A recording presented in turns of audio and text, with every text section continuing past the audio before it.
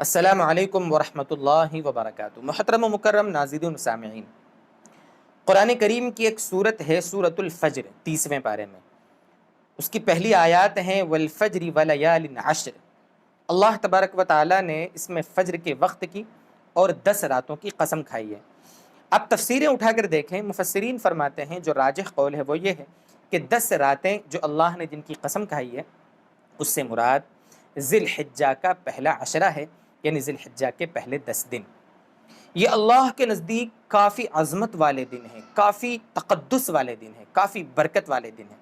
اس لیے احادیث میں آتا ہے کہ ان دنوں میں تکبیر، تحلیل یعنی لا الہ الا اللہ کہنا، اللہ اکبر کہنا، اللہ کی بڑائی بیان کرنا، تسبیح بیان کرنا، تحمید کرنا اللہ کو بہت پسند ہے، بہت پسند ہے۔ اس لیے ان دنوں میں اللہ تبارک و تعالیٰ کی نفلی عبادتیں جتنی ہو سکے خوب کرنا چاہیے۔ ان دنوں میں خوب روزے رکھنا چاہیے۔ 10 ذی الحجہ، 11، 12، 13 ان 4 جو قربانی کے ایام ہیں، ان دنوں میں تو روزہ رکھنا آپ جانتے ہیں جائز ہے ہی نہیں۔ اس کے سوا پہلی تاریخ سے لے کر 9 تاریخ تک ہر دن روزہ رکھنا چاہیے۔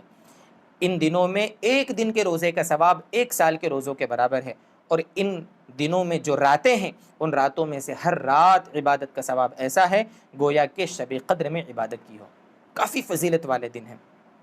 اور جو 9 تاریخ ہے، 9 ذی الحجہ یعنی عرفے کا دن، اس کا تو کیا کہنا، اس دن روزہ رکھنے کا ثواب اتنا ہے۔ اللہ کے نبی صلی اللہ علیہ وسلم کا فرمان ہے حدیث پاک کی روشنی میں کہ گزشتہ 1 سال کے اور آئندہ 1 سال کے گناہوں کا کفارہ ہو جاتا ہے عرفے کے دن کا روزہ۔ اس لیے عرفے کے دن روزہ رکھنے کا اہتمام کرنا چاہیے۔ یہاں پر 2-3 باتیں موٹی موٹی سمجھ لیں آپ کہ عرفے کا روزہ ہم رکھیں گے وہ اپنے مقام اور اپنے ملک میں جب عرفے کا دن ہوگا تب ہمیں روزہ رکھنا ہے۔ سعودی عرب میں جو عرفے کا دن ہوگا وہ ہمارے ہندوستان کے حساب سے 1 دن آگے ہوتا ہے۔ ہمیں سعودی عرب کے عرفے کے اعتبار سے روزہ نہیں رکھنا ہے، ہمیں اپنے ملک میں جب عرفے کا دن ہوگا یعنی 9 تاریخ ہوگی ذی الحجہ کی، اس دن ہمیں روزہ رکھنا ہے۔ ایک چیز تو یہ ذہن میں رکھیں۔ دوسری چیز، بہت سے لوگ وہاں عرفات میں جو حاجی لوگ جمع ہوتے ہیں عرفات کے میدان میں عبادتیں کرتے ہیں، اللہ سے گڑ گڑاتے ہیں، مانگتے ہیں، تو بہت سے لوگوں نے ان کی مشابہت اس طرح اختیار کرنا شروع کیا ہے کہ اپنے شہر میں کہیں میدان میں یا کسی مسجد میں اکٹھے ہو جاتے ہیں اور عرفہ مناتے ہیں۔ عرفہ منانے کی شریعت میں کوئی حیثیت نہیں ہے، ذہن میں رکھیں آپ۔ ہمیں یہاں پر عرفہ نہیں منانا ہے۔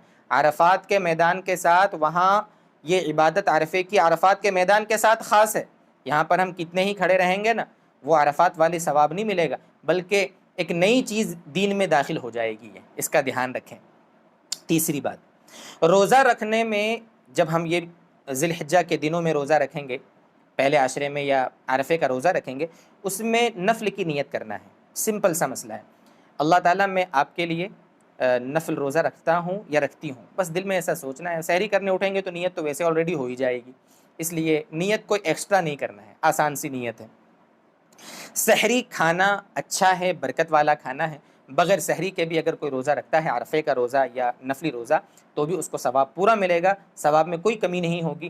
ہاں اگر سحری کھا لیں گے تو اس سے بدن کو توانائی ملے گی، طاقت ملے گی، اچھا ہے، برکت والا کھانا ہے، اللہ کے نبی صلی اللہ علیہ وسلم کی سنت ہے۔ اگر کوئی عورت روزہ رکھنا چاہے یہ نفل روزہ تو اپنے شوہر کی مرضی کے بغیر نہیں رکھ سکتی، شوہر کی اجازت لے اور پھر رکھے۔ علماء نے لکھا ہے باقاعدہ، حدیث کی روشنی میں یہ مسئلہ بیان فرمایا ہے۔ یہ عرفہ اور ذی الحجہ کے پہلے 10 دنوں کے بارے میں کچھ مسائل اور فضائل تھے آپ کے سامنے۔ اللہ ہمیں قدر کی توفیق دے، اللہ تعالیٰ اپنی رضا والے کاموں میں ہمیشہ ہمیں لگائے رکھے۔ وآخر دعوانا ان الحمد للہ رب العالمین۔